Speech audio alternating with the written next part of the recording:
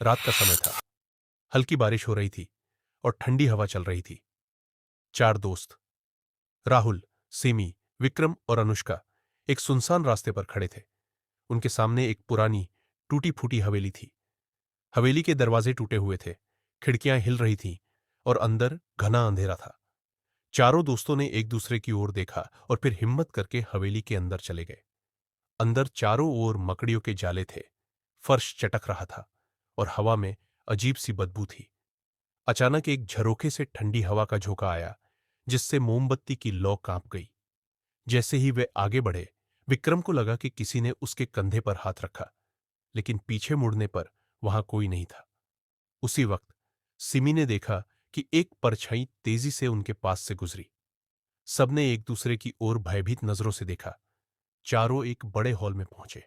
अचानक एक पुराने लकड़ी के दरवाजे के पीछे से किसी के रोने की आवाज आई। राहुल ने दरवाजा खोलने की कोशिश की, लेकिन वह जाम हो गया था। तभी अंदर से जोरदार चीख सुनाई दी।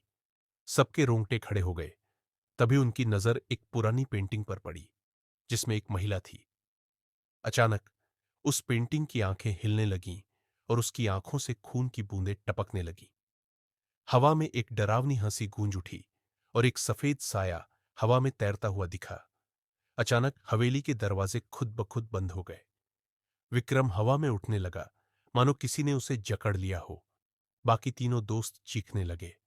दीवारों पर खून से लिखे शब्द उभर आए, तुम यहां नहीं बचोगे। तभी अचानक एक तेज आवाज हुई और हवेली में जल रहे दीपक बुझ गए।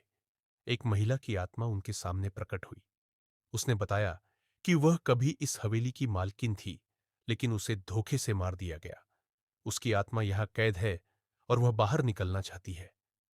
चारों दोस्तों ने हिम्मत करके आत्मा की मदद करने का फैसला किया। उन्होंने उसके हथियारों के बारे में पूछा और जैसे ही उन्होंने सच कबूला, आत्मा की काली छाया सफेद रोशनी में बदल गई। हवेली की दीवारें हिलने लगी और आत्मा अंततः मुक्त होकर गायब हो गई। हवेली की डरावनी आभा भी समाप्त हो गई।